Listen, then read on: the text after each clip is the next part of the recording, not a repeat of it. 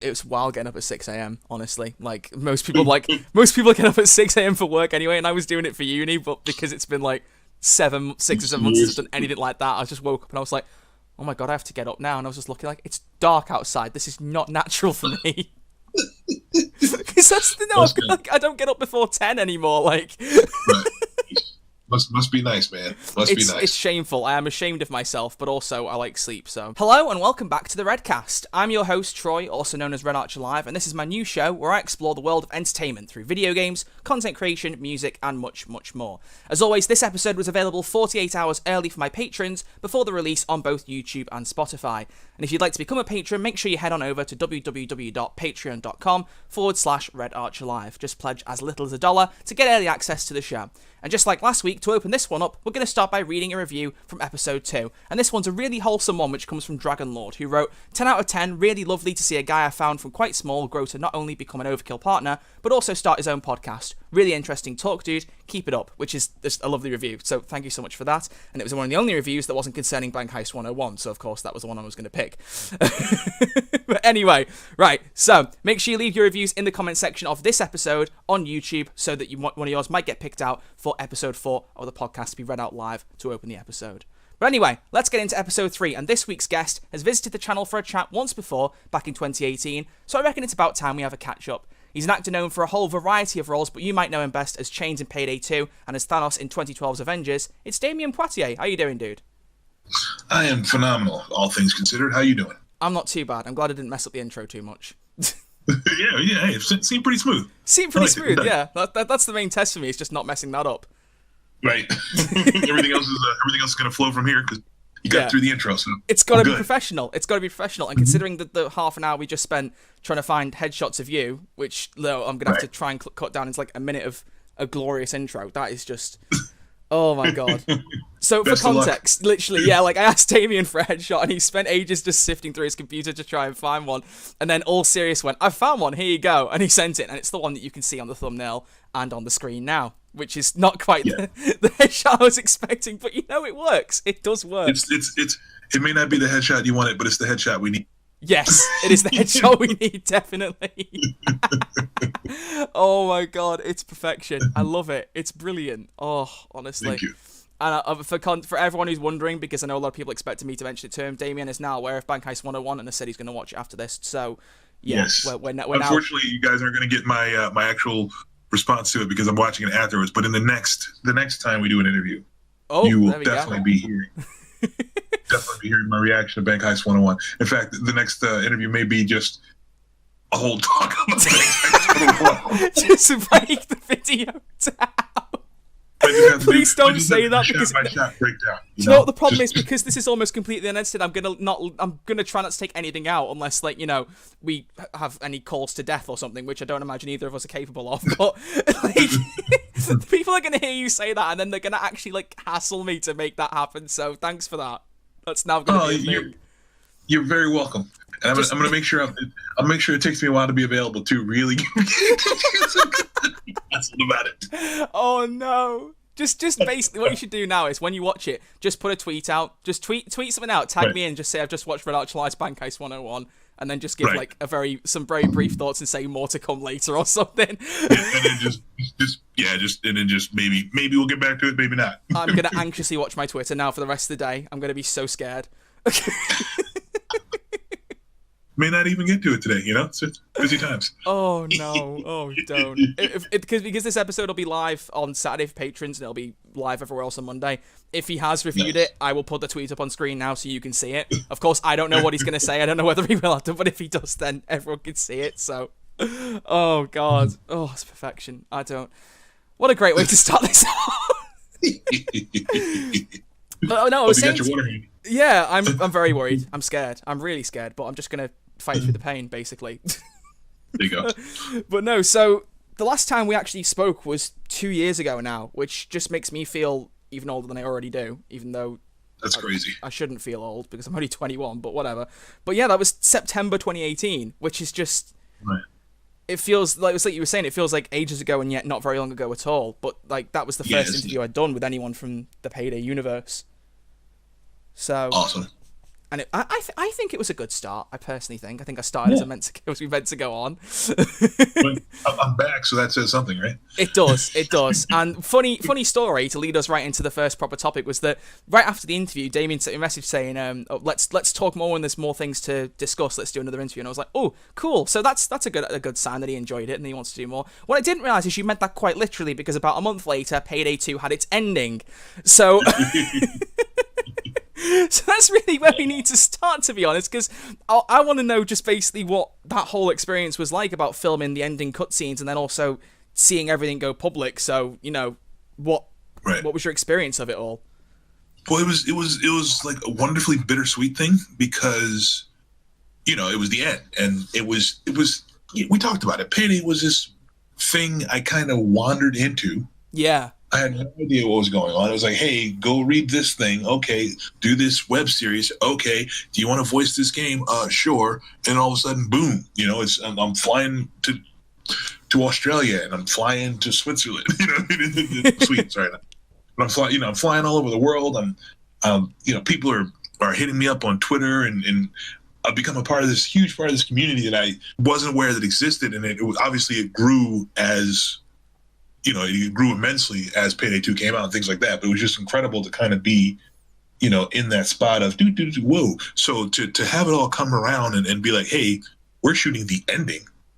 I was like, but I don't want to go. This has been a great time. Yeah. I've been really enjoying this. What do you mean the ending? Payday 2 doesn't end. No, it doesn't. And as we've come to find out, it actually doesn't. But literally, we found the ending. One year later, we're back. Yeah, ending-ish. Yeah, ending-ish. But yeah, I was like, Payday doesn't end. So it was. Yeah, I was not. Like I said, I was happy to be able to do it, but not happy to have to do it, as it were. Yeah. What was that like the atmosphere? Oh, go on. Go ahead. No, I was going to say, is that was that a shared atmosphere on set with Eric and Josh, etc.? Like, I imagine that was probably. Oh yeah. Yeah, we were all. Me and Eric are probably closest to Eric, and we were like, man, this has been a good run. It's been a lot of fun, and Eric doesn't do the voice, so he hasn't been quite as involved as I have, but. He was like, man, this has been a wonderful, wonderful gig that came out of nowhere and just really continued and really took us to some wonderful places and introduced us to some wonderful people. So it's just, you don't want to give something like that up. No, you don't. No, it makes complete sense. It's not. Yep. Yeah, and then you got Poitier and he just started with the live action stuff as it ended. Right. Oh, no. Yeah. But yeah, it was. I was personally just really happy to see more live action stuff because that's something that I don't want to say campaigned for because that makes it sound more dramatic than it probably is. But I've said before, like time and time again, it's like when I asked you before you even like came on for an interview, I was asking you if they'd ever had thoughts to do more live action stuff or like a movie. Like I still would be desperate at some point to see them make some kind of full live action thing for Payday because I think it'd be fantastic. I am about that life, so. Let's get that on statement. Just type that down. They are aware. Trust me, they are aware. Yeah, it'd just be so good. Cause, that's the thing is that because I remember you saying to me that as time passed, they put more budget into the live action stuff, and it did come across. Like I think for me, one of the peaks was the Hardcore Henry one because that one was like you could tell they come on leaps and bounds from the web series because the web series was fantastic, but. Like, there was just something else. There was, like, a different edge, I think, to Hardcore Henry, where it just felt a lot more... I don't know what the word is. Like it wouldn't feel out of place in a cinema, I think, is the best way to describe it. Right. Yeah, well, the cinematic would be the word you're looking for. That is the exact word I was looking for. See, this is why you're here. You're here to make me sound like more of an idiot. More of an idiot than I already am. But, yeah, that's what I meant. It looks very cinematic. Right. I almost want to move on now to just stave off the embarrassment. No, let's sit in it for a while. It's a good place to be. So, yeah, but it was definitely a good place for us, and we got to every time we shot, that we did something.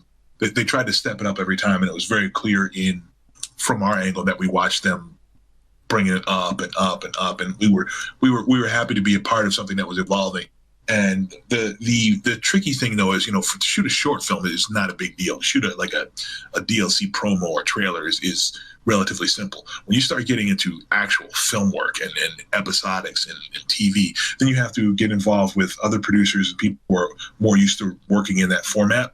Yeah. And then it starts to become control issues and vision issues and things of that nature. So it's actually a very, very difficult process, especially when it comes to, let's look at video games and the adaptations we've seen so far. Yeah. Not a whole lot of them have been great. That's very true. So, yeah. So, recognizably being as intimately tied to the product as the Payday team is, they were very, very, and they have been very, very hesitant to work with someone who they're trying to find somebody who actually feels exactly what they're. Yeah, yeah. And that's not an easy thing to do. So no. I as much as I'm like, just make the thing, I understand why they're being reticent about it and why they're being so careful in who they involve. No, yeah, that's fair. And on the one hand, I appreciate that. On the other hand, shoot the thing. So yeah. Yeah. Well, that's the thing now. It's like with all the money that they've got now, thankfully, with the investors stuff that they're putting into Payday 3, I really hope at some point that a bit of it, even if it's just for like a promo trailer or something live action for Payday 3, because I'd be so disappointed if they go into Payday 3 and they ditch the live action aspect, because I think it's something that made Payday 2 so special. I mean, we talked about it last time. It was like there's no other game out there that does the live action stuff linking to the media the way Payday 2 does. So yep.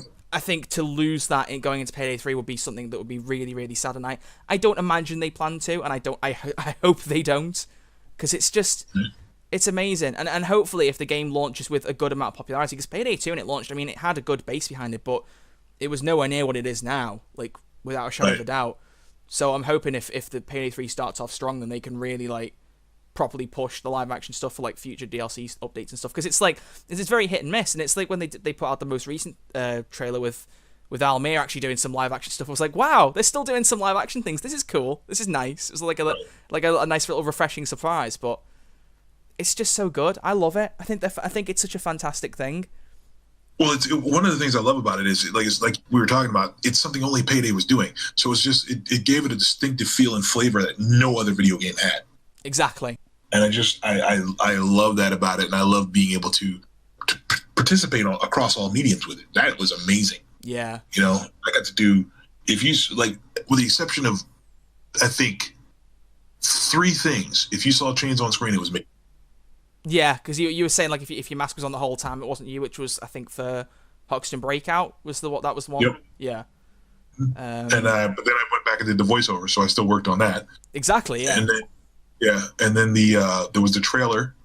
There was a trailer where Shane was using a minigun. Yes. And that wasn't me, but that was actually a really good friend of mine. Oh. Who I called. Yeah, I called and then I was like, "Who did you guys use for the Hoxton's Breakout trailer?" And they were like, "Oh, it's just some dude." And I'm like, "Yeah, no, this is the guy." Yeah, this is the guy you should use. Yeah. Because he's my size, and he's one of the guys I worked with when I was coming up in the industry. So. And he lives in Norway, so he's very easy. He's very close. Oh, there you go. That's perfect. Yeah, he's my size. Use him. Makes sense. And so they did. If you can't be there, choose who's there instead. Yeah, exactly. That's much better. So that was pretty cool. Plus, being able to give a friend. Yeah, exactly. And then somebody who really helped me out when I was starting out. Being able to get him a gig was just amazing. Yeah, I can imagine. So. Before we switch topic, then what I wanted to give a minute or two to is just what was the reaction like that you saw for the ending of Payday 2, seeing everyone react to the game coming to an end, to the cinematics. What was that like for you, seeing everyone's reactions pouring out for it? It was awesome. It was very bittersweet. Awesome to see people so happy to see us and to see us winning. Yeah. And that was a lot of fun. And the funniest thing was there was a long time where people hadn't quite seen it yet. Yeah. So there are people like, what's going on and everything like that. And you talking to them, yeah, no, bro. And then they get around to it and then they come back like, hey, I just saw it. So, yeah. Because there was a good solid 3 or 4 days where they'd found the first cutscene where it was just the funeral. And everyone was like, That can't be how that ends. No, that's not how it ends. Yeah. Don't say that to me. Right. Yeah, that was hilarious. And then when the actual cutscene came out, I was like, oh, that's better. That's more like it. Yep. Like, okay, that feels more like a Payday ending. Yeah. So, but yeah, it was once the final cutscene came out, it was pretty positive all around, which I was happy for. Like the biggest complaint was that it was over. Yeah. So it can't. That's exactly what you want to hear when something like that comes out. Yeah, exactly. I mean, it was like 7.5 minutes long or something. It was fantastic, and it was just. Yeah. I don't think it missed a beat. It ended it perfectly. Perhaps too perfectly, because I want the door open for you guys to come back, but. Well, it can always be, obviously they find ways to bring it back. Yeah, I mean, look at Avengers when things aren't going their way. Time travel. Yep. Time travel. Yeah, like one thing I've said is that like it might be slightly difficult to wing it round, but like they were talking about at the end, they were saying like where all the characters went off, like Dallas buying the yacht and all that, and everyone going their separate ways. And I was like, who's not to say something could happen in between before they actually settle down that forces them to stay around? Maybe there's some kind of narrative thing that you can do there that keeps them going and makes it work. Like I think they could adapt it to make it work. I do think, because everyone, like one of the most like popular discussions right now is which character's going to come back and who's going to stay and whatever. And I personally just believe, and it's not just because I'm talking to you right now, but I think that some, at least if not all of the original four, I think really need to return. I think Wolf is probably a bit of a hit and miss situation at the minute, but it's certainly for yourself and for Dallas and stuff. I think if you don't come back, it just, I don't know. I think you need to retain like some of the identity, and I would really like to see them twist it and make it work so that there's a reason for you guys to stay, but that still pays homage to that final cutscene. Well, we'll see. I hate it. I hate that you listen to all that and you can't like, it's like we can't discuss any discussions that you might have had to discuss future for Payday 2 because you might have had discussions or not. But even if you have, you can't discuss those discussions. Right. If there were discussions, you are correct. I'd not be able to discuss them. So I'm just going to hope there's been discussions and hope that at some point we can discuss those discussions when the discussions are made public, if they are. Yeah. Have us had discussions enough yet? I think we discussed the possibility of discussions about as much as we can discuss the possibility of discussions. But we have established that there's a possibility of discussions, so at least there's that. There is a possibility, and that's a good point. Well, right, okay. Oh god. So I want to spend a bit of time just asking you about how your year's been, because I mean 2020 has been very strange. Yes, it's been. It's been an insane year. It's just been a ridiculous. I'm like, what is this? I'm like, why has 2020 been the longest 5 years of my life? It's just it's bizarre. So I mean, you've got everything going on with the COVID crisis. You've got everything else beyond that. There's been a lot of like political unrest and everything. Like, how have things been for you in the last 9 months? Even though it feels like far longer than 9 months. No, right? Well, it's interesting because I made some very, very careful. I was in a position. Let's first start there, to make some very, very careful choices about how I went about setting things up for myself and my people. Yeah. And we're actually in a very good position. Where I'm outside of all those. I'm outside of the situations in terms of having to be directly involved, and my involvement is by choice, whatever I choose to do. Yeah. And so it's there are many who don't have the options I have. And I think that's one of the things that people underestimate is how important it is, and how fortunate it is when you have a choice in things. Yeah. Because there's a whole thing with the balance of power is put on the shoulders of the powerful. Yeah. And people forget that so much. There's this thing called punching up versus punching down. And punching, like comedian, the fool was there to make fun of the king. Yeah. Not the subjects. And people forget that. It's not you're not there. You're not supposed to be making fun of or the but you know what I'm saying? Like if you're going after people who are strong, that's not the way things are supposed to work. Yeah, I know. That makes sense. Yeah. And everybody's people. We all understand that. Everybody can make, who knows, on any given decision you will make, good or bad. But if you're in a position where you're of power to make said decisions, then there's a larger responsibility. Yeah, that makes sense. Yeah. You know, so there's a lot there, and like I said, the whole concept of punching up of who is in a superior position here. You know, who has the power, and that's the person who needs to fix the problem. Yeah, exactly. Yeah, people can talk as much as they want about the way things could be, should be, need to be, but it's down to people in power to really make those decisions. So you gotta. Yeah, if you're supposed to be doing a thing, if you're supposed to be, are you doing the thing? Yeah. If you're doing the thing, then the discussion about people who are abusing it is much different.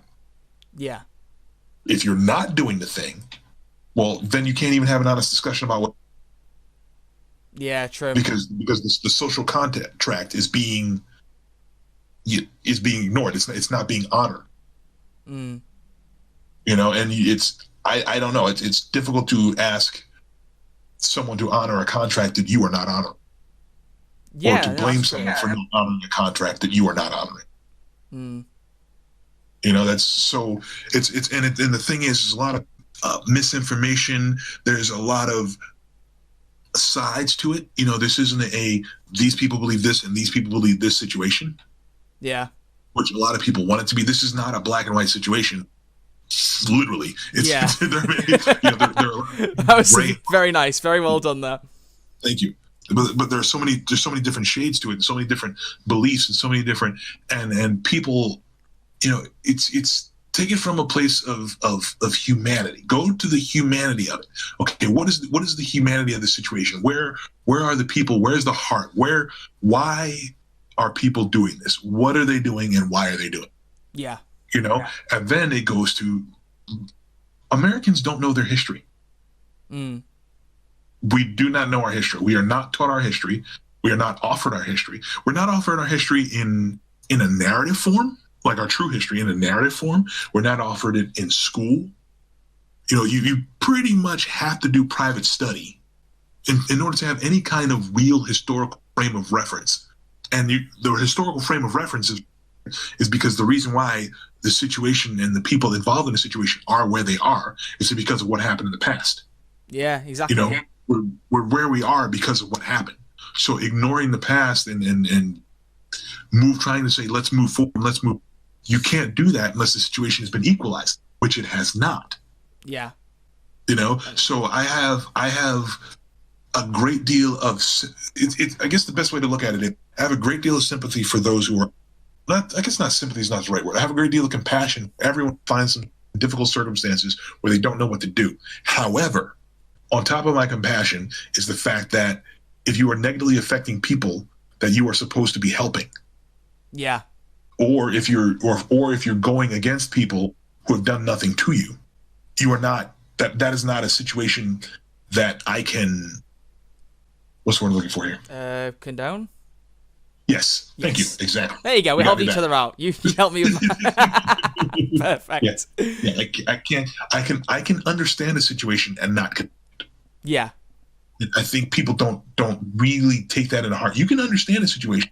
You can give a situation a sharp look. You can give a situation an honest look and bring yourself to a place where you understand why the situation is happening and still say, I don't condone it. Yeah.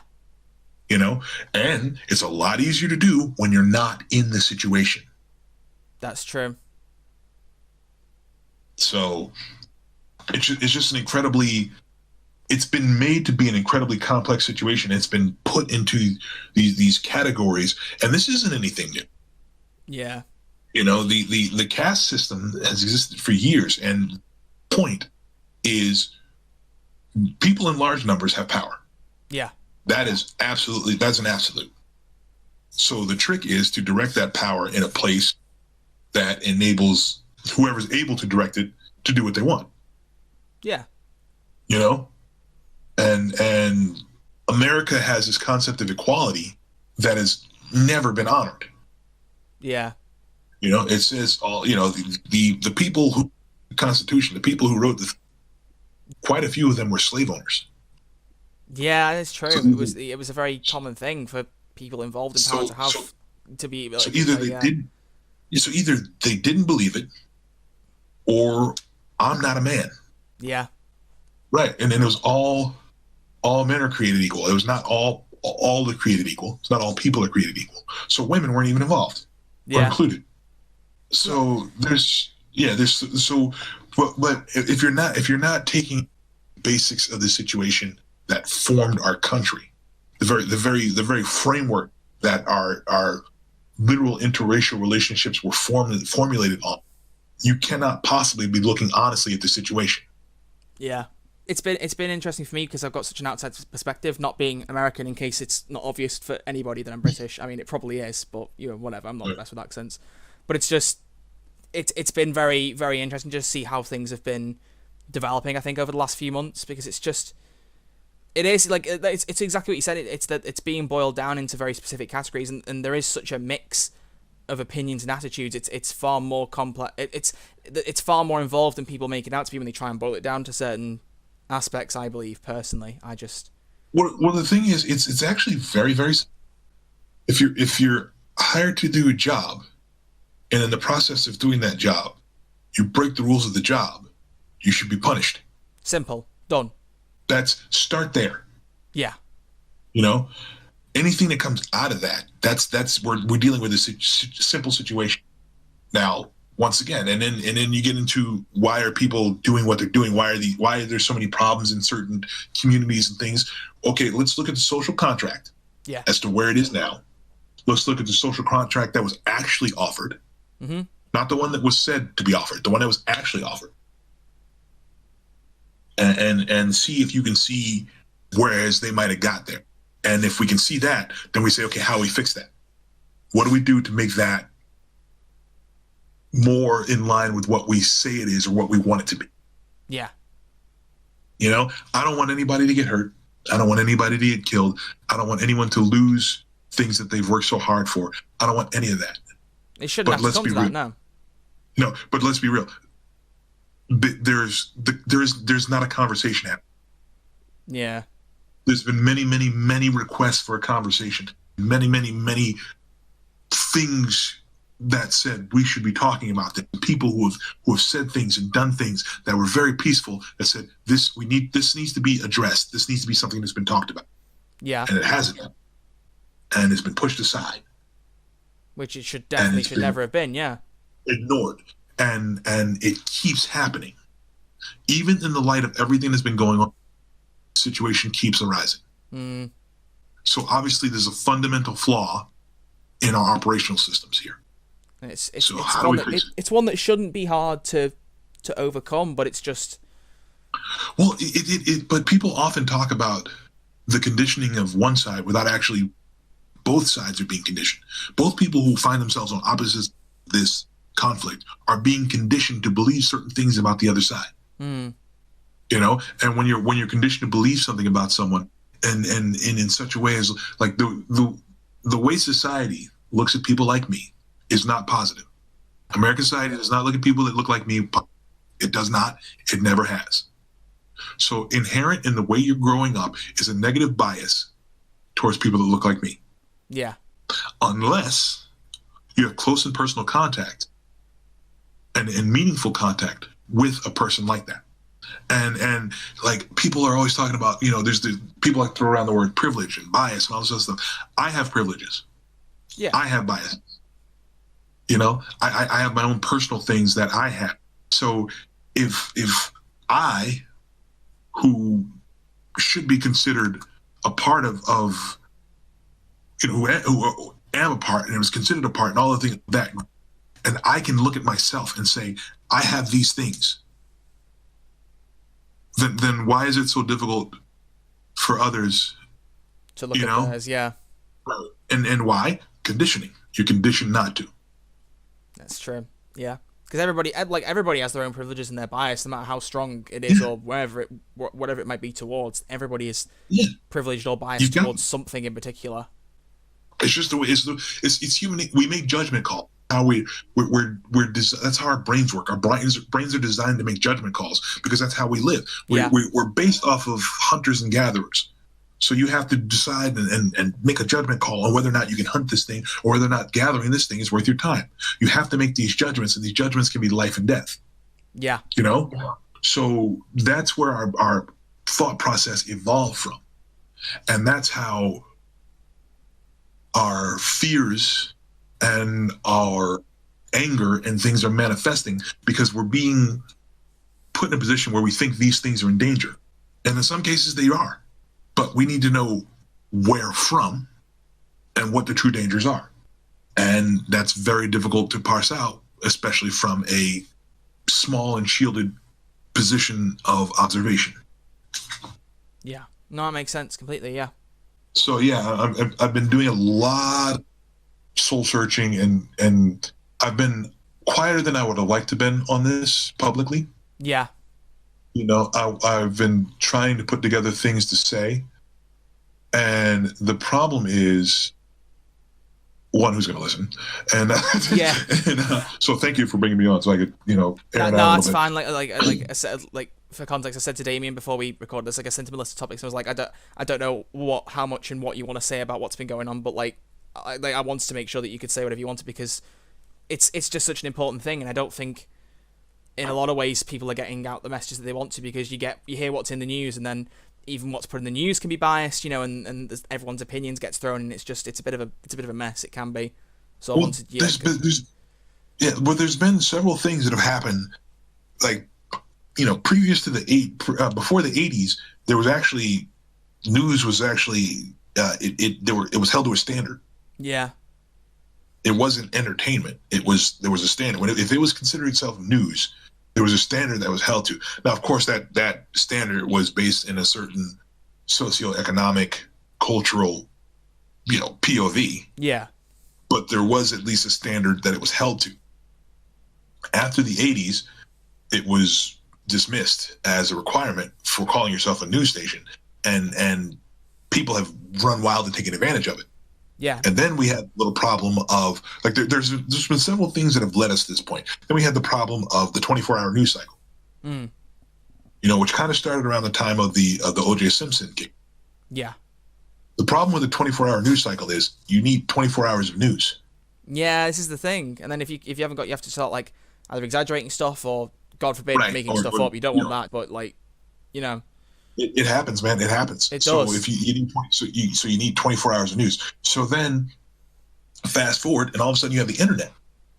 Yeah, and it's all about. And you have tweets, and you have, but worse than clicks. Worse than clicks is any individual can put something on their personal site, especially if they have it open and available and go viral. Yeah. A certain site that a lot of people have put stock into has been revealed to be a single individual operating literally out of a basement in New Jersey. Yeah. And it's like, but that's that single individual from a basement in New Jersey has launched a movement that has actually gotten into the highest echelons of government. Yeah. And been quoted by the highest office in the land. Think about that. Yeah. So the control vector has become very difficult. It's very difficult to figure out how you can direct the news so people are jumping on things as quickly as possible, try to be ahead of the game because they want the clicks. If you're doing it because you feel like doing it, that's one thing. If you're doing it because it's your job, you're not getting clicks, you're not getting paid. So there's an immense pressure to find and or create situations that will generate clicks. Yeah. And that's the thing I see all the time about people putting, like, it just, even everything. I mean, it's like, it could be about things that are, like, vitally important, even things that don't matter at all. It's all about getting people to click on your stuff and getting people to give you that attention. Welcome to 2020. Literally.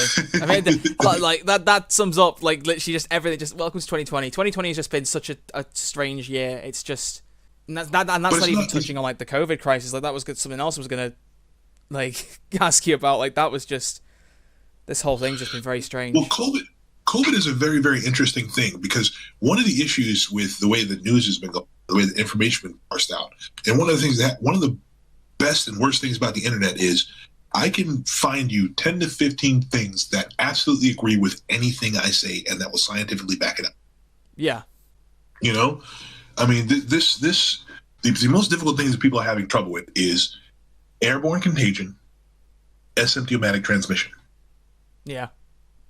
Those are the two key points that I don't think people are hitting enough, because the thing is, it's airborne.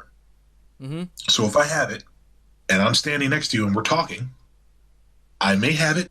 There are people who will walk away from a conversation, fall into a coma, and die. It's blunt, but it's true. It is blunt, but it's true. Yeah, I mean, and that's an extreme account. I don't think there's been any accounts like that. But basically, that's the problem, is you can walk around with it for weeks not knowing you have it. Well, one thing I read was that, I don't know whether it's accurate, but I read somewhere saying that I think it was 75% of people who have it are just asymptomatic. They just carry it and they don't know they've got it. Right. Like, I could be talking to you right now and I could have it and I just don't know. Like, there's no way of knowing. Yeah, and there's people who have, who are on their deathbeds, who are like, will not make it, and they survive. Yeah. And there's people who are absolutely healthy who don't. And the thing is, everything I just said is from things I've read. Yeah. Which means it's all speculation, because anyone can say anything. Yeah. Like, all you have to do is just Google it. Like, even the people who act all entitled saying, "Oh, I don't need to wear a mask, it's my human right not to wear a mask," blah, blah, blah, blah, all that. Well, there are choice words I could use for people to behave like that, but I will refrain. But, like, all you have to do is just look someone up and be like, "Look, here, it says here that I shouldn't have to wear one, blah, blah, blah, blah," and then that's it. It's like, well... Yeah. Yeah, like... Yeah. That's such an interesting flex for me, too. Yeah. I'm like, wait. How did that become a line in the sand? That's such an interesting thing. The amount of things I've seen trending, like, on Twitter or YouTube or wherever, of, like, this video of, like, this person refuses to wear a mask, look what happens, and I'm, like, watching it going, this has to be staged. This cannot be real. There's no way someone is behaving like this. And then you go, no, there are people who... Yeah. Let's be real, man. We owe a great deal of apologies to so many horror writers and disaster movie writers. You're not wrong. We owe so many. I think I read that somewhere. We owe so many apologies. So many people who said, people, like, they were literally, if this is a zombie apocalypse, first of all, we are not prepared. Yeah. We are not prepared as a civilization to just deal with any kind of serious, like, invasion or apocalypse. Because if there were zombies, somebody would run up and be like, "It's not transferred by bite. I'm going to show you. I'm going to run up and get bitten." Literally, yeah. Someone would do that. And it'd probably be someone who had a camera and would put it on YouTube. Oh, yeah. It'd be on YouTube, be like, "I'm going to go get bitten by a zombie to prove that it's not real." Don't get bitten by a zombie at 3 a.m. Right. Yeah. Oh, but yeah, basically. Yeah. I'm just like, yep. Yeah, there literally is nothing else you can say that other than yep, like that is entirely feasible. Yeah, we cannot at all make fun of any people. Prometheus, hated that movie.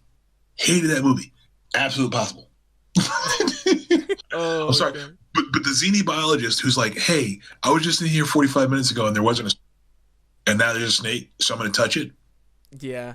Like, I literally stood up and, like, made various noises of frustration. I love that. That's great. Just various noises of frustration. That perfectly sums it up. Yeah, I was just like, but that could, well, because it was such an unrealistic thing for me. Yeah. I was like, that's not possible.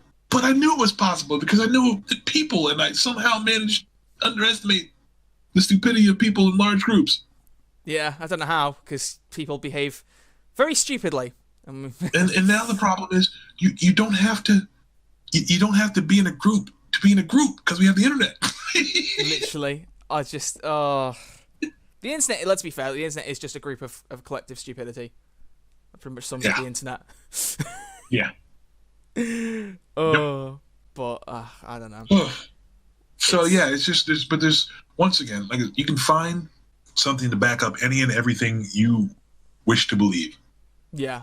And I would just ask that in your quest that you do look and try to find things that back up your more humane beliefs. Yeah. As opposed to your less humane beliefs. Let's we're on this rock together, guys. You know, with very few exceptions, we're not going to make it off of it. So we should probably try to take care of each other while we're on it. Yeah, I think that just sums up like everything that we've said and everything that's happened in 2020. That sentence alone, like if everyone believed it like that, we'd be in a much better place. They literally revealed that there were UFOs, like confirmed that there were UFOs and things like that, and nobody blinked. I read that and I just kind of went, yeah. We were like, huh, yeah. That was what was crazy. Yeah, like people it just kind of happened. It trended for a bit, and then everyone was like, yeah, all right, moving on. Like it's now yesterday they're saying they found they found like a type of gas on Venus that shows there could be traces of like microbes on Venus, so there could be life there. And it's like, ooh, we're all gonna die, yay! But they don't seem to be anything that would naturally occur. Yeah. In considering the atmosphere and things like that. It's like acidic gas, I think it said, which is like, wow, that would be interesting to live in. Well, not for long, but right. Well, one of the things that really got me was, I don't know if you remember, there's a whole sequence in Men in Black where he's talking about every single that we have. The reason why humanity has such a huge technology jump is because we started, and in Independence Day as well, that we started retroactively breaking down and rebuilding alien technology. Yeah. And it's like, wait, were they telling the truth?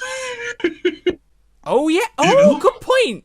I've forgotten about that. I haven't seen Men in Black for a couple of years, and I haven't actually ever seen Independence Day, so I probably should watch that at some point. But Independence Day is I think I think they say it a little more explicitly in Independence Day, and I'm pretty sure they said it in Men in Black. But both films allude to the fact that we advanced so quickly technologically was quite a bit based on the fact that we now had access to alien technology. That's concerning. It's how do we get on UFOs? But now it's been verified that there are unidentified flying objects in our that have visited our planet. Destroy All Humans might not be a game for much longer, folks. Oh, there's so many interesting things, and the other thing is one of the things, and I'm in entertainment because I like storytelling, and being on screen is one of the most, and in video games, things like that, it's one of the most effective methods of storytelling. Yeah. And one of the reasons, it's funny, one of the reasons why the protests took off the way they did, and why these events had so much more of a impact on the American consciousness than those that came before it, is stories. Yeah. The number of people who did not know about the Tulsa, Oklahoma before Watchmen is astounding. About the which, sorry? The Tulsa, Oklahoma race riots. Oh, Greenwood. yeah. It's like so many, like it trended hard after the episode. So many people didn't know that it was based off of a real thing. It goes back to what you said about, the history in America is not well taught, yeah. Exactly. So, it was one of those perfect storms where, art imitating life affected life. Yeah, that's actually a good way to describe it. Think about it. If Watchmen hadn't happened, if it didn't open up the American consciousness to so many atrocities that had happened to a group of people, the awareness for the compassion would not have been there. Yeah. So it's very interesting to me, and it very much confirmed my choice of what I wish to do with my life and my career choice, because these stories make a difference. Yeah. Our histories are not histories. Our histories are stories that we are told. Everybody's history is a story they were told. To the point where, if you think about it, you have friends that have gone through things with you. Yeah. And like I had a good friend of mine from back in high school, and he's like, "Hey man, remember when we jumped out that second story window into a snowbank?" Right? Well, now I want context to that. Well, that's the thing. I don't have context because I don't remember doing it. Wait, how young were you meant to be at this point? I mean, this is high school, but I've done a lot of things. I've been set on fire, thrown off vehicles. I've been in space. I've been in intergalactic. I've been, Hey, look, I know you said you started off with stunt work, man, but for goodness' sake, what do you mean you were set on fire? Hang on. Yeah, I was set on fire. I love how nonchalant you are about it. Yeah, I was set on fire. It's all right. Yeah. Well, I did a fire stunt. But so you think about that, like all the stuff I've done since high school, and my friend's like, yeah, remember that time we did this thing? And I'm like, no. And he's like, no, this really happened. We really did this thing. And I said, oh, you're misunderstanding me. I'm not saying I don't believe I did it. I'm saying I don't remember it. Yeah. It's like, no, that sounds completely like me. I just don't remember it happening. Yeah, I'm sure that happened. I'm just saying. So you think about that. That is an impactful part of his life. Yeah. And at the time, it was impactful for me. But because of all the things in that direction I have done since then, yeah, that's it's not as impactful for me anymore. Yeah. Now I'm sure there's some other event that I remember that he kind of brushed off because it's something that's rote for him. That's not something I do all the time. Yeah. So it's like, oh yeah, man, that was so cool. And he's like, oh yeah, it was cool. I'm like, no, but it was awesome. He's like, yeah, that was cool. But because so it's the same event or the same series of events, but very, very different stories and very, very different histories as to how they affect us and how we move forward. Yeah. It's like after we finish this, I'll be like, oh my God, I did another interview with Damion. This was so cool. And you'll be like, yeah, it was all right. Don't worry, I'm not expecting a reply there. I was just like, there's so many, you got to remember, there's so many different ways to reply to things like that. I actually froze up. My mind froze because it was like, it got overloaded with responses. I'm like, okay, do I lean in? Do I reassure? Do I go hard? It's like, what do I do here? You leave yourself wide open, and I'm not sure what response I want to come through. No, that response does it. That response does it. That's fine. That's fine by me. Yeah, you overloaded me, man. I froze. Oh, I overloaded Damion. Great. There you go. Add that to the CV. You left yourself so wide open I couldn't swing.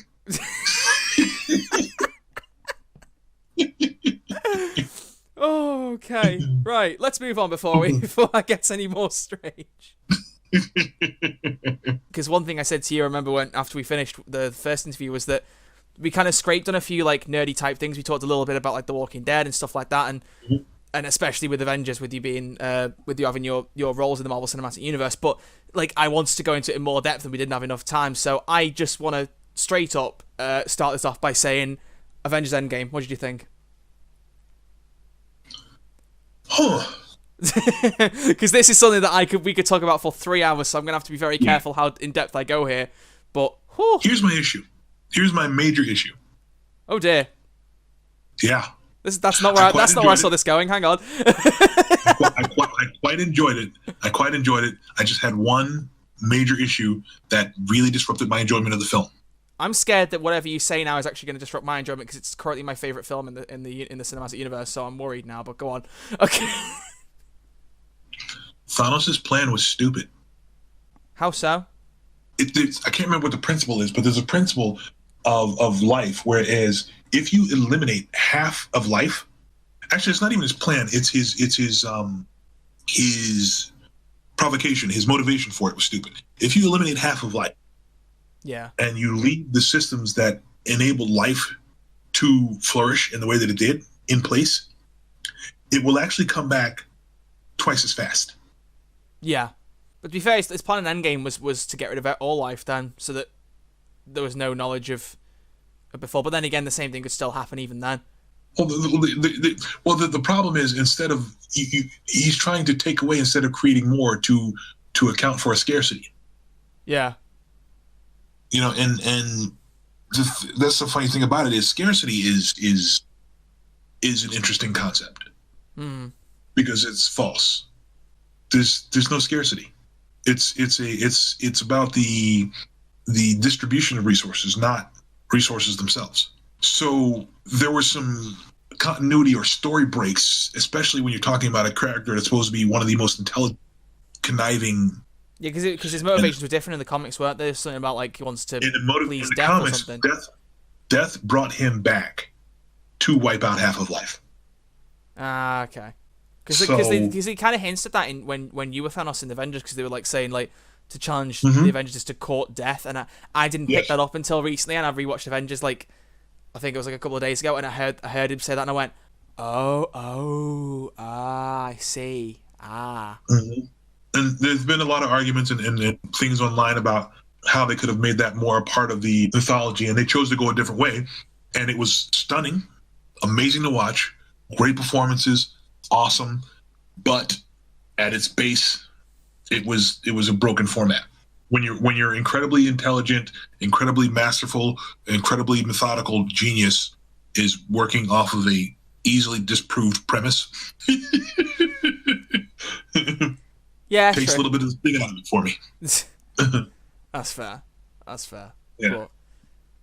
But no, that whole film. I mean, it was funny when I first watched it. I saw it at the midnight premiere. I watched the cinema did like a double bill thing, so I saw Infinity War at 9 p.m. and then saw Endgame at midnight, and it was a fantastic experience. But I remember coming out of Endgame the first time around thinking that was really good, but it wasn't quite as good as Infinity War. And then the more I saw Endgame, because I went an embarrassing number of times to the cinema, which I probably refrain from quoting because I don't want to embarrass myself too much. But the more I went to see it, the more I enjoyed it. The more I was like, no, that actually, because the one thing I think that I had a grievance with to begin with was that the final kind of like battle was with 2014 Thanos, and it was kind of like he didn't have all the character building and the motivation that Infinity War Thanos did, which I know has been a very common criticism, but I just kind of learned to ignore that and just kind of went, no, I get it, because like, you know, of course Thanos would come back and you kind of needed someone with the motivation to want to fight them again, because Infinity War Thanos was done. He'd done his job and that was it. He didn't need to. Well, here's the other thing. Here's the other thing you got to remember. Infinity War Thanos was not much of a combat Thanos at that point. True. He literally just walked around with his t-shirt on, just like, nah, I'm good. He had his team, and his team did most of the work. Yeah. Fine, I'll do it myself. Sends them off to get them again. Yeah. Yeah. I mean, but by the time you get to Infinity War Thanos, he's a general. Yeah. I mean, yeah, by the time you get to Endgame Thanos, Infinity War Thanos, he's a general. Endgame Thanos was still into it.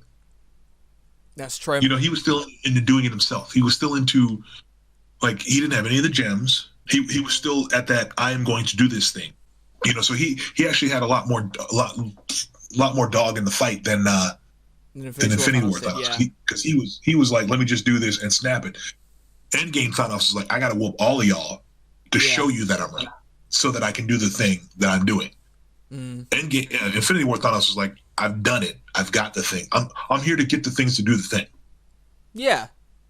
Now that was the thing. That's why I said like I got more used to Endgame Thanos afterwards. I was like, no, actually, yeah, I can kind of understand it, because that was like, that's kind of like my thinking now a little bit. It was more like, yeah, like it was an interesting dynamic to mix it up and be like, no, here's, like I said, here's a Thanos that actually has like more motivation, because if you'd have just carried on with Infinity War Thanos, it wouldn't have been as, because like everyone was going, oh my god, are they gonna bring like a different villain in Endgame, like as well as Thanos. It was like, they can't do that. Like, they can't add someone else into the mix in the concluding film of a 2-part that's like been built up for 23 films, because it wouldn't be earned.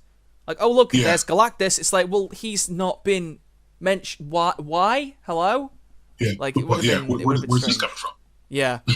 It would have been strange. But man, was that a beautiful film. I don't think I'll ever be able to see the portal scene without being able to wipe a Dungrim off her face. Every time it came on, just like, like it was like an instinctive grin, just like, oh my god, look at that. That is fantastic. Well, the beautiful thing, and the thing you can't underestimate is the Marvel films are a soundtrack. They're an emotional soundtrack. Yeah. You know, so they spend literally, and I've literally seen this with my own, hours agonizing over story beats. Yeah. To make the emotional beats hit. So you spend hours agonizing to push things in a way that make these things hit. I literally, when I was doing my Civil War VO, I was sitting there, and Joe Esposito and Kevin Feige and both Russo brothers, and I think Nick was there. There's like 5 producers that were over there going over like lines, single lines. That's so crazy. To make, you know, to make it sink to the emotional feel that they wanted. Yeah. So whereas, you know, there's story beats and things that don't, and obviously coming from my ridiculous comic background, I have a very, very different point of view on who these characters are and what these characters should be doing, and whether or not I agree with the motivation. Because in some cases, like I thought the movie translation worked very well. Yeah. You know, because it's like, okay, to get this character into this universe, you can't do what was in the comic. Yeah. But in some cases, I feel like there was some connectivity that they could have utilized that they didn't. So no, I was gonna say like I've never been a big comics person. Like when I got into these films, I mean, I only really properly got into the whole universe with Infinity War. I'd seen a handful of the films, but that was the point where I really was completely hooked in and did all the catching up and all that stuff. But like I was never a big comics guy. And so one of the ones that in particular that didn't affect me was I know Iron Man 3 made a lot of comic fans angry because of the way they handled the Mandarin. But to me, as someone who hadn't read the comics, I was like, that's a really cool twist. The Mandarin is not who you think it is. It's an actor, blah, blah, blah, blah. I loved that. And then well, as the film said, then I had to go and turn on the TV and I looked and I saw everyone was saying, you know, this was not how they should treat the Mandarin. The Mandarin should be more, and I was like, oh, okay, yeah, all right. Well, I mean, but now I mean that they are amending it now because Shang-Chi is going to be like righting those wrongs and actually bringing the Mandarin in properly, which is good. Mm-hmm. I would personally love to see them bring back Ben Kingsley and have him kill him off for being an actor, to, like almost as like a nod to the screen to be like, hey, Iron Man 3 fans, we're cutting this off here now. Yeah, okay, cool, all right, and then just kill him on screen. Then that's it, done. They can like because they've poked fun at themselves before. They can easily do it, but I just. Okay, right. No, one thing for Endgame that I really, really want to know your take on because I see so many people on Twitter sharing their bits about this and I never agree with a lot of them. What do you think about Captain America's ending? Do you think it makes sense? Do you like it? Yes. Good. Because, the Marvel Cinematic Universe, yes. Yeah, because the way I see it, right, the complaint I see the most is everyone saying, well, how can Steve be there in that timeline at the end when he's old because Peggy had her own husband, blah, blah, blah. And I'm like, every time I see a complaint like that, I'm like, well, first off, she never mentions who the husband is. There's no photos of her with said husband. There is no proof. And all we know is that in Winter Soldier, he sees a clip of her saying, Steve saved my future husband's life. That could just be some really cryptic thing he's told her to say. They could have quite easily settled down together, and then Steve could have just gone out of the picture, Old Man Steve, when Peggy was dying, knowing that the younger one would come in to see her off as she died. Like, that could easily... I don't know whether it was planned like that, but that can easily be swung around. But a lot of people don't seem to believe that. They just think that... Well, and you got to think the funeral is not for the dead. The funeral is for the living. Exactly. And, like, Old Man Steve doesn't need to be there because he was there when he was younger. Like, he's been to the funeral already. He doesn't need to be there twice. Yeah, he'd already done the funeral. Yeah, so I personally don't see how it doesn't make sense. I think it makes perfectly logical sense, and I think it was a great beat.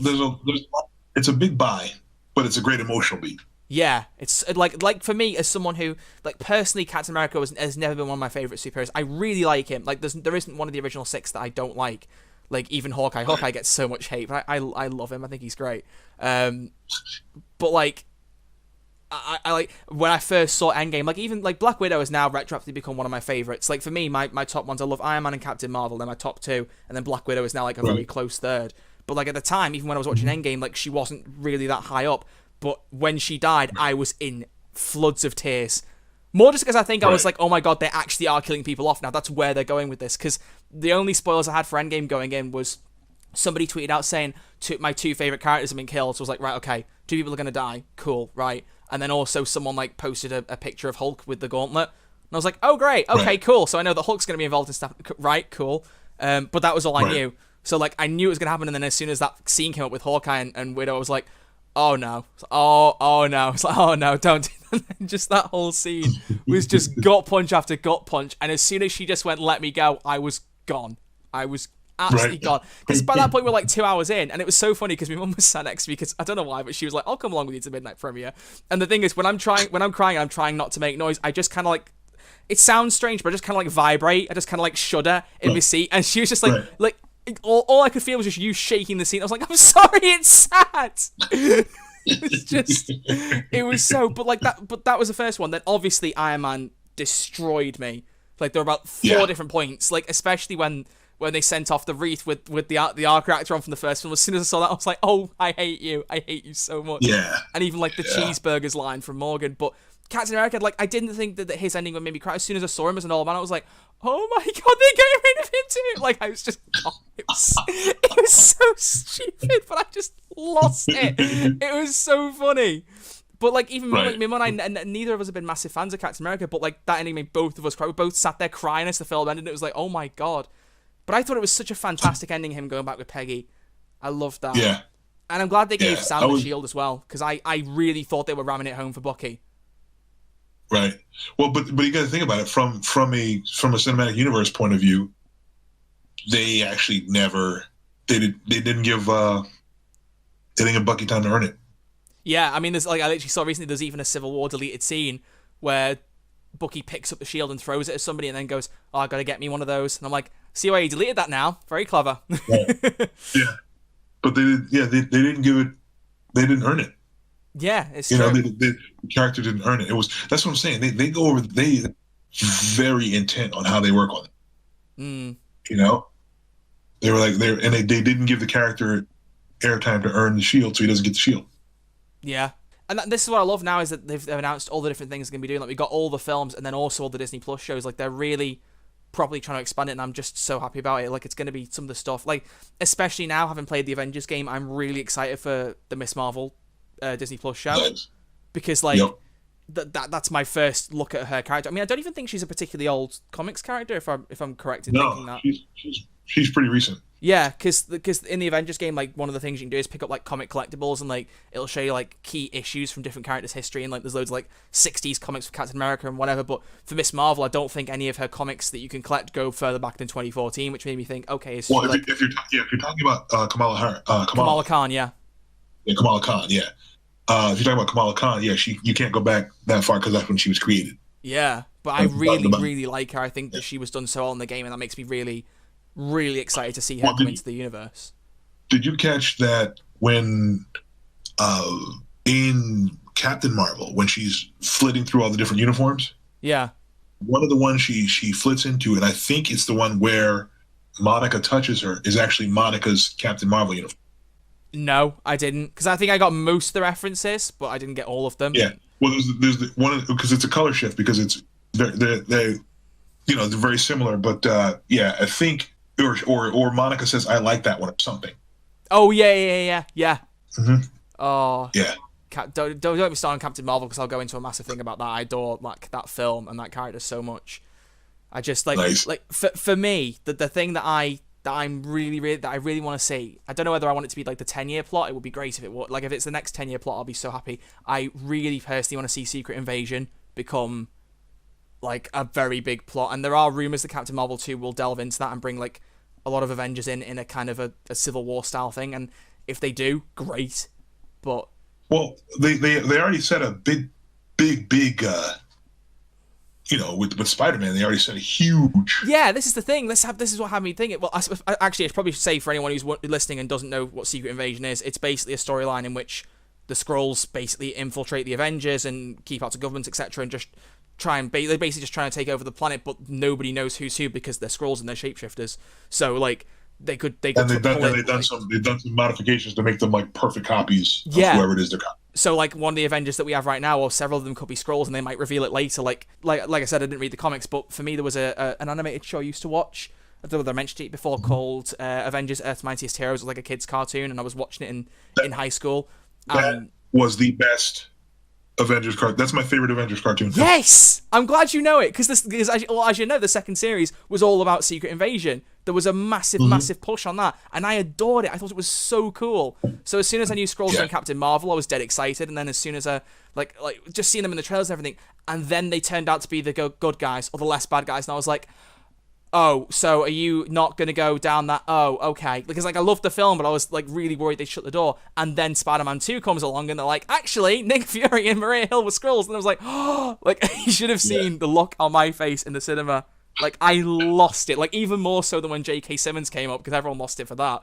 But, like, I saw them turn Skrulls, and I was like, oh, yes! I almost thought they were, like, trying to backdoor Iron Man being alive at one point, because, like, he was, like, as he was on the call, he was kind of like, everyone kept asking when the Avengers are, and, we kind of need you to come back. And I went, oh, don't bring it, Iron Man. And then it was Nick Fury. I went, oh, okay, good, okay. Right. Because I was like, Iron Man bringing him back now would be a very bad move, I think. Well, and Robert Downey Jr. said he's not going to come back. Yeah, but of course he would say that. Of course he would. Like, I would love to... Like, there's rumors, like, in Black Widow, they're going to have a bit of him in it via a Civil War deleted scene, which I hope is true, because, I would take any Robert Downey Jr. content with ease, but that'd be great. And then... But even if he was coming back, he'd say he wasn't. Yeah, exactly. So. But my hope, I literally tweeted this last night, like, my kind of wild dream that I know is definitely not going to happen, well, almost likely not to happen, but I would love it, even though it would undo her death on, like, the gravitas of it, whatever, I don't care, I like Black Widow. I would love it if the end credit scene of Black Widow would be Steve going back to Vormir, putting the Soul Stone back, and then the deal being undone. Like, they say that the transaction can't be undone, but at no point did Red Skull say, if you bring the Soul Stone back, then... Right. Like, he didn't emphasize it, and the phrase is a soul for a soul, so if you give the Soul Stone back, do you get the soul back that sacrificed themselves? And I would love it if that was... If they left the door open for Black Widow to then come back, like, maybe not as a key Avenger, but just, like, say, oh, she might come back in a future film, you know? Because what I don't like, the thing that worries me about the film, while I'm so excited for it, I think it's going to be fantastic, it almost feels like... I don't want to say that it's at the wrong time, because that sounds stupid, because, like, she's deserved a solo film for a long time, but it kind of sucks that it's come after she's died. And I feel like if the film comes out and it's really good, which, to be fair, I don't think Marvel's made a bad film yet in this universe, like, then it's going to make everyone think, well, you know, you could have done, like, a three film franchise with her like you did with Iron Man, but you killed her off. Like, I would like to see them open the door, and the common rumor is like, oh, Yelena's going to take over, and it's like, well, Florence Pugh's a great actress, and she'd probably do a great job, but, you know, you give Scarlett a solo film, and then... You don't have the investment. Yeah, like, I just personally would think it would be a wasted opportunity to finally give Scarlett a solo film and then be like, right, that's it, that's your epilogue, off you go, goodbye. Like, it just, I don't know. Yeah. I don't know if I'd like that. Yeah, I'm hoping because one of the things I didn't like as much about Phase, we had Phase 2? Phase 3 was the one that's just finished. Yeah, okay, one of the things I didn't like about Phase 3, I felt like they started playing it safer with casting. You think so? With who in particular? Like, have you got any examples? Well, I mean, he did a great job, but Benedict Cumberbatch as Doctor Strange was not at all, like, that wasn't like, oh, you know what I mean? I don't know. I thought it was a perfect choice for it myself. I don't know. Like, unless you had, like, did you have someone else in mind? Then again, you've read the comics. You have a better idea. But that's what I'm saying, though. He was the perfect choice, whereas a lot of the other choices, you were like, oh, you're going to use him? Oh, right. Like with Iron Man, like with Robert Downey Jr. Like, because hadn't long been English. It hadn't been long after everything that like. You know what I'm trying to say? I don't know why I'm getting stuck on my words. Yes. It hadn't been long after his stint in jail, the drug string, all that stuff, and then you're like, oh, you're putting your chips on him. Okay, and it worked. Yeah, I get you. I do. That's fair. So I'm saying, but like a lot of the, you know, who would have thought about? Yeah, I mean, Chris Hemsworth. Nobody even knew who he was. Yeah, he was just some guy on an Australian soap. Like. Yeah, but that's what I'm saying. No, but Loki, Tom Hiddleston. Nobody even knew who Tom Hiddleston was. No, and he auditioned for Thor, which is what I find really funny, and I'm so glad he didn't get the part, because I think it's, like, that's one of the examples of being born to play a role. Like, he is so fantastic as Loki. Like, to turn up at Comic-Con dressed as Loki, playing Loki, and have everyone chanting his name, like, not many actors could pull that off. Right. Like, it's just... Yeah, no, he did a good job. Yeah, it was didn't work so well for Arrow, but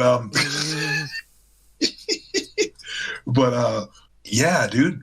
But there were so many. But she was saying, no, but those early castings, even Chris's Captain America was kind of like, people were like, oh, you use Human Torch as Captain America?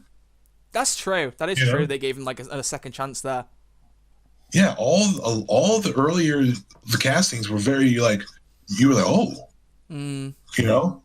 That's but true. Then when they started after pretty much started with Phase 2, they kind of started leaning into more, you know, less surprising casting and the more safe choice. That's true. You know, and so far everything we've seen in Phase 3 has been pretty. I mean, don't get me wrong, Jonathan Majors Kang is inspired. Oh, I'm so glad that, like, because Kang was in Earth to Mightiest Heroes as well. Was in that show. Like, so I've got some experience with Kang. So when I heard he was, like, last night, they were like, oh, Jonathan Majors is going to be Kang, and he's going to be in Ant-Man 3. I was like, what? Because the Ant-Man films to me are the ones that people sleep on the most. And they're so good. I adore those films. Yeah. They're so good. Well, they're heist films. You know, they're very, very simple superhero. Well, that's one of the things, and I think Winter Soldier is where Marvel figured out an incredible formula. The incredible formula is make a great genre movie and put superhero stuff on it. Because Winter Soldier was a spy movie. Yeah, Winter Soldier was so good. But it was a spy movie. It was a really, really fun, good spy movie that they threw superheroics into. Yeah, and it was perfect. Heist movies that they throw superheroes into. That's what it is. That's true. It is true. So, which makes me especially angry when people be like, "Oh, superhero films are not cinema." It's like, well, they are, but okay. Silence, fool. Literally, like, I don't. Well, one of the things I love about Jonathan Majors being cast as Kang is Kang was originally Rama Tut. All right. So that means if they have him play Rama Tut, that means we're actually going to see, for one of the first times, a black actor play a pharaoh on screen. Ooh. Now that would be good. That would be really good. Yeah. That's interesting. Now I'd be very interested to see how they play that one out. I'm really hoping they use him as a Tut as well.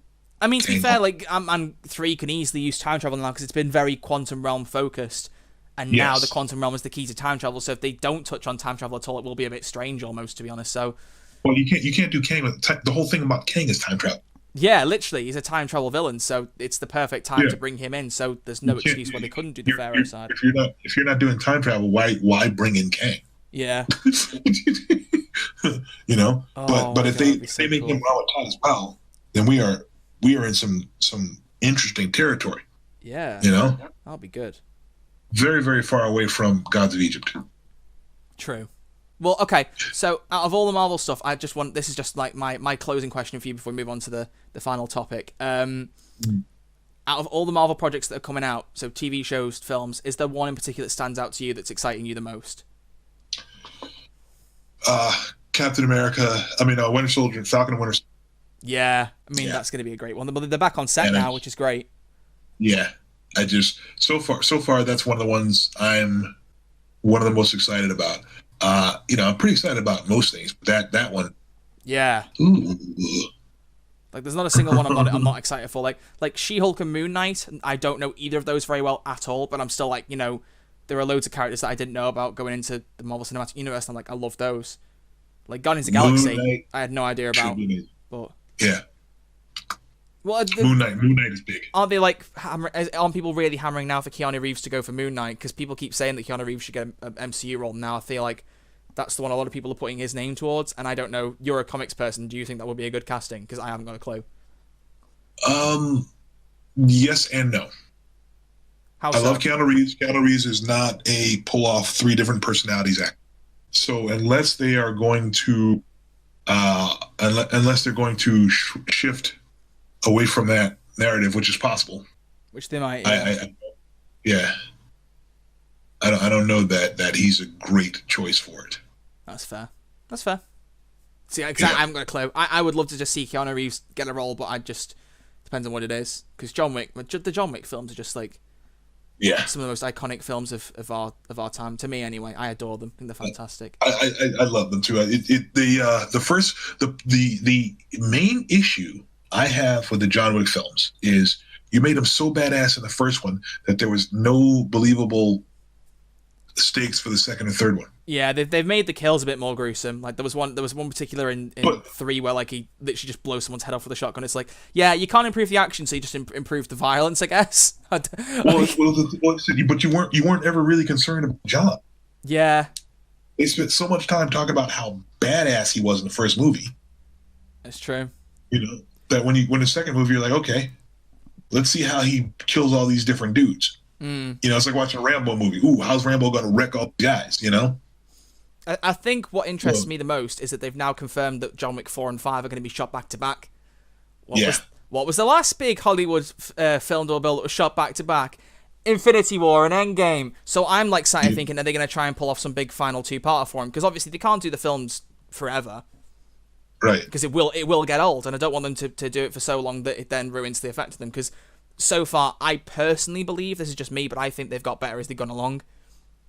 Even though, but I don't mean that as in like the films are dramatically better each time. I mean just like there's almost like a little bit of more of an edge because like John Wick 1 is still fantastic and phenomenal, but like in 2, there was like the cinematography improved quite a bit. Like there was like the way they film stuff. I think it's just like little touches that make it better for me. It's not like there's like it's not like, oh my god, 3 is so much better than 1. It's like if you asked me to rank the Iron Man films, it's like there would be bigger gaps between films, where it's John Wick, it's like they're all super duper close together, but I think just slightly they might edge themselves like a little bit more each time and get a bit better. So I don't know, but I'm really excited for that. I'm glad that I asked you about your favorite Marvel things. If you asked me what thing I'm looking forward to, I couldn't answer that because there's so many different things that I'm like Captain Marvel 2 obviously is like a big one for me. Right. WandaVision, I'm really looking forward to that.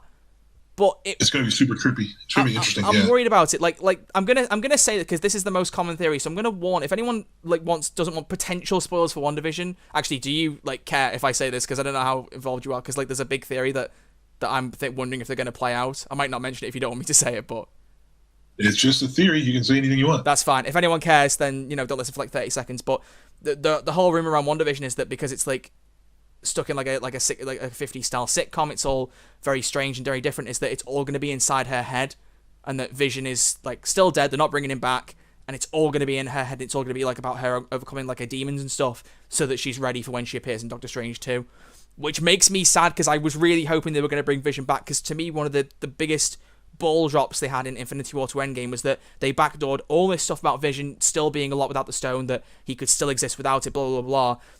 And then he just dies, and in Endgame he's not even mentioned by name, and I'm like, you said you could bring him back, and that just feels like a whole lot of plot that you just kind of cast aside. So when WandaVision was announced, I'm like, cool, they're bringing him back, and then there's this theory, it's all in her head, Vision's really dead, and I'm like, oh, don't do that to me. But it does make sense. It makes sense, and I don't like it. I have heard that theory. I've heard it in a few places. It was a while ago, like probably close to when it was announced, but no, I was saying I have heard that theory. Oh, you have? Oh, there you go. So, it makes sense. I hate it, but it does make sense. It's for a character there you go. That says it all. The chuckle. Like, it stands to reason that is quite easily a direction they could take it. They said it was like nothing they'd ever done before, and it was going to be very different. So, like, I can see that would actually be the way they take it, and I hope not. Cause should we see what they do? Oh, it would be great, and I would not say it would be bad if they went that way. I love Vision, man. I really like Vision. I don't want them to kill him off yet, but yeah, because that's the problem. As soon as you put an Infinity Stone in his head in a 10-year tenure about the Infinity Stones, it's like, we're writing a death sentence for this character. Don't get too attached. Right. So yeah, no, I was like, ooh, that's not. Yeah, in the same film that they backdoor Infinity War, they're like, hey, here's a new character. There's an Infinity Stone in his head. Hope you like him. It's like, actually, I'm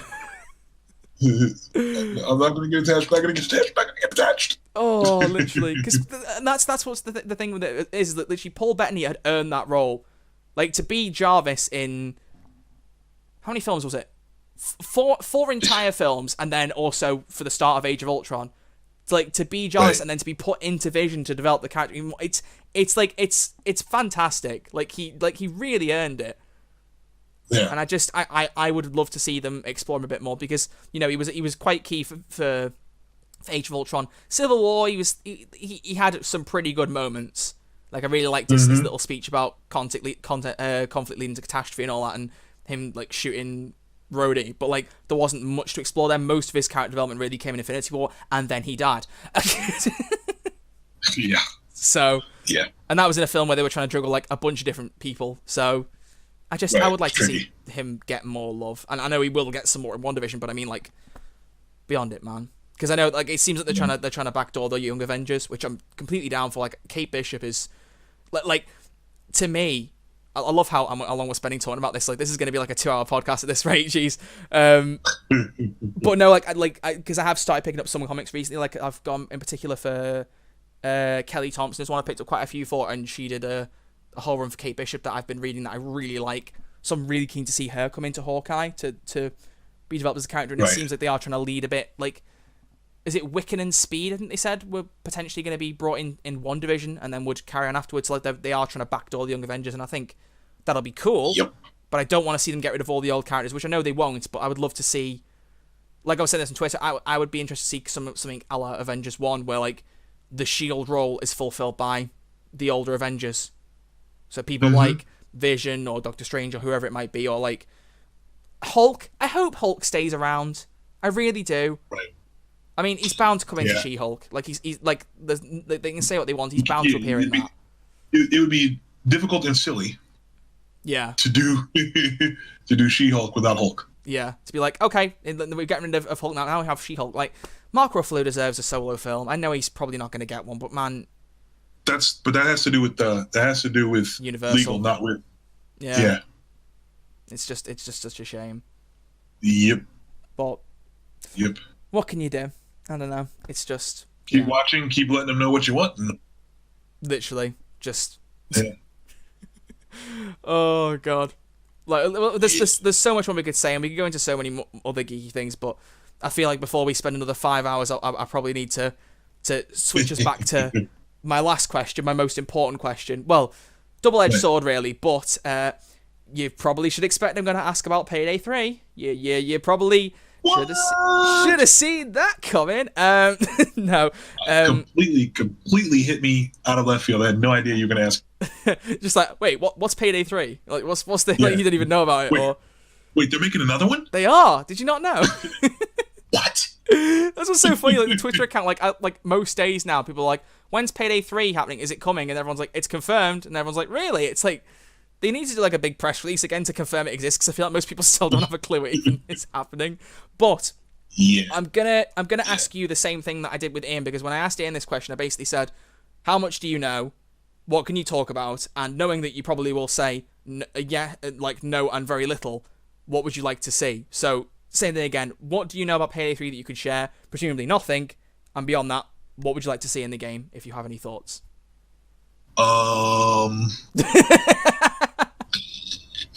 Great answer. Thanks for coming. Big question, man.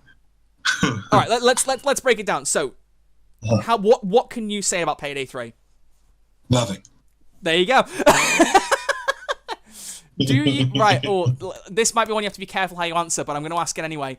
Do you know anything about Payday 3 that may not be public knowledge right now? Yes.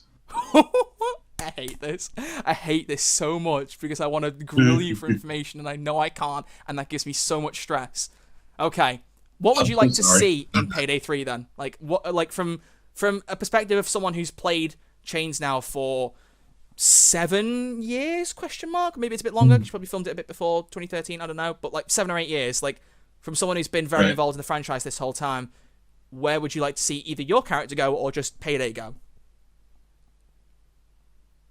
They ended in such an interesting way. I don't, I'm not sure what I want to see. It's difficult. I'm very curious as to what you want to do. Yeah.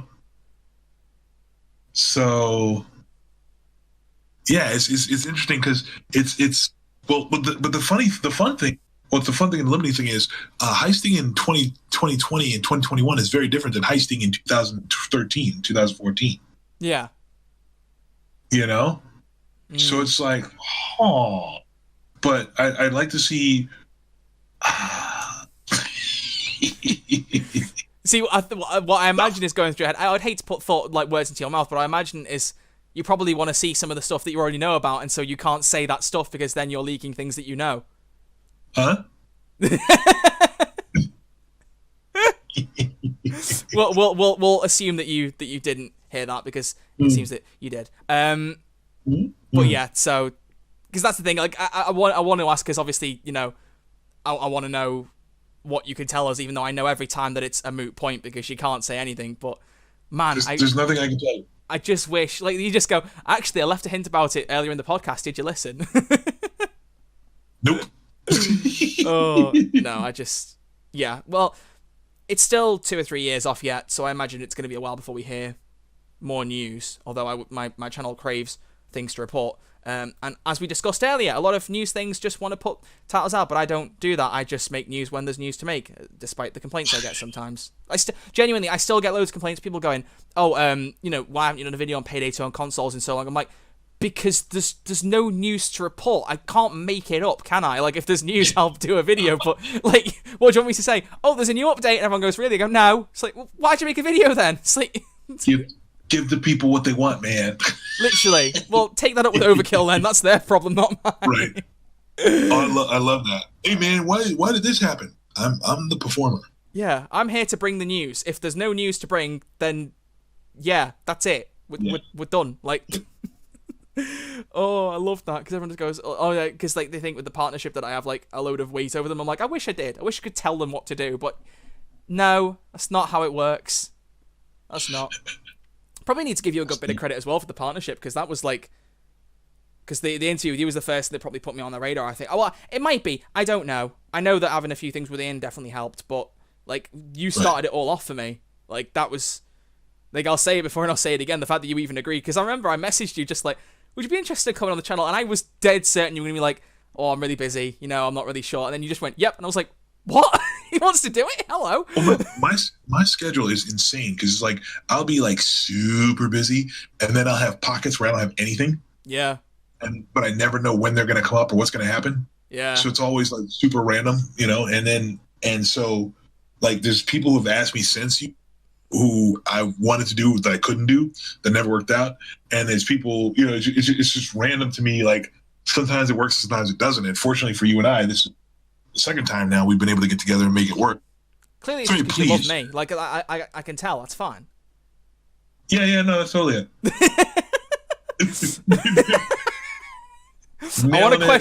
I want to question the intonation in your voice there, but I think for my own sake, I'm not going to do that. What intonation? What are you talking about? No, and you've already said about a third time. Genuinely, we'll have to like I don't know how much space you're supposed to put in between bringing a guest back onto a podcast, but like genuinely, there's so much other stuff we could talk about that we could easily fill another round out. Like I'm not sure because we were recording for like half an hour ish before we started, but I think we're already past the 90-minute mark. So like we're probably gonna have to bring it to an end because like this is the thing of like the episodes will be about an hour long. Ian Russell, hour and a half, or hour and a half, hour and 40 minutes. It's like.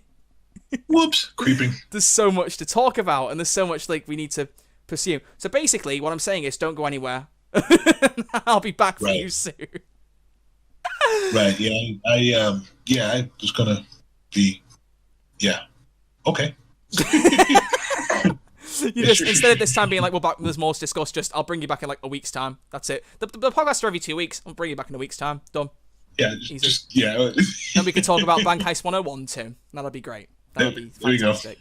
I get to think what your thoughts going to be on that. Like, I'm going to have Twitter open nervously now for the next like day or two and be like, oh boy, it's coming anytime. You know I'm going to make you wait now, so you should have done that. Now I'm going to make you wait. No, don't make me wait, because then you'll forget altogether, and then the joke will have no payoff. Well, that would even be better. No, you know what? I bet you'll. No, I know you'll do now. You'll probably like write the tweet right after you watch it, and then schedule it for like 5 weeks away. That's true. You can schedule tweets, can't you? You can schedule tweets. So if you want, like, if you want to delay it without forgetting, then you can just do that, and then like randomly at like 3 a.m. I'll just see tweet from Damion. Just watch Bank Heist. I'll be like, oh no, oh no. Yep. I'm scared. Good time. I'm really, really scared. Oh, right. So I think that's probably a good point to bring it to an end. So thank you very much, Damion, for coming on. I really do appreciate it. Of course. It's great to have been able to get you to find time again, because I know like how busy you are. Like even with everything going on right now, like you're not an easy guy to track down. I've got a new thing I'm doing, and I'm very, very busy, and I can't talk about it at all. Can you not do that, please? Can you not do that? I was going to ask you about future projects as well. Now you just slid that in anyway, just to annoy me. Like I was like, no. If I ask him about future projects, he's just going to tease me, and I'm just going to be sat here like, oh great. So there's 3 things you're doing you can't talk. Cool, right? Great. Mm-hmm. And what about that 4th thing? You can't talk about that either. Cool, right? All right, cool. Nope. Hey, you asked for this interview. I don't know why you get mad at me. That's true. I've got no one to blame but myself. That's very true. But yeah, thank you very much, Damion, for coming on, and thank you to everybody for listening. As I said at the start of the podcast, if you fancy getting these episodes 48 hours early, make sure you head over to patreon.com/RedArcherLive. You get 48 hours early access to listen to them. But beyond that, make sure that you're subscribed to the channel, to Red Archer Live, and you're also following the Redcast on Spotify, so you can listen to it wherever and whenever you like, because we're all about convenience, and it's very nice. So yeah, that I don't know what that's what we call an improvised plug, where you finish the plug and then you don't know what to say after it. Can you tell I don't script most of this? You just say thank you very much for listening, man. Yeah, there you go. Yeah, but I just try and make it sound cool, and that I don't want to be basic. I don't want to say thank you. Who just says thank you in 2020? But then you screw it up because you're trying to think of something clever instead of just getting off the channel. Yeah. Bye. Just like cut it off immediately. Just like, yeah, we're done. Okay. No, thank you very much, Damion, and thank you everyone else for listening. See you later. Thank you. Take care. Oh, right, yeah. One last thing before we get started. I wanted to ask, do you have a particular like headshot of yourself or a certain picture that you would like me to use when I do like the thumbnail and the video version of the podcast? Whichever. Yeah, I don't have a... It's up to you. Like, if you have a preference, like, if you only have it to hand, feel free to send it to me and I'll use that. But, you know, whatever works. I don't mind. Yeah, I have the one of me with I usually use the one with the beard. Just like I said, if you need to, just take a print screen of it, and I'll use snipping tool to get the picture out of it. That'll be fine because it doesn't need to be a high resolution.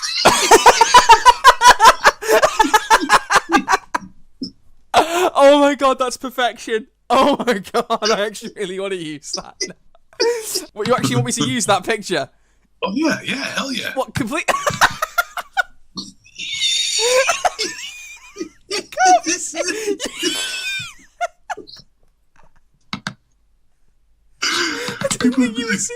I didn't think you were serious. Yeah, no, absolutely. Yeah, use that, dude. Oh my god. Oh, it's perfection. Come on, okay. It's perfect.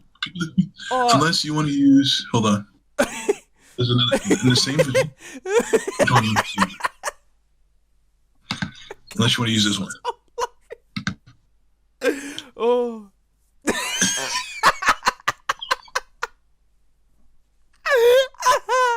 Oh my god. Oh, have you got any professional looking headshots, Damion? Oh, cool. Let me send you these. Perfect.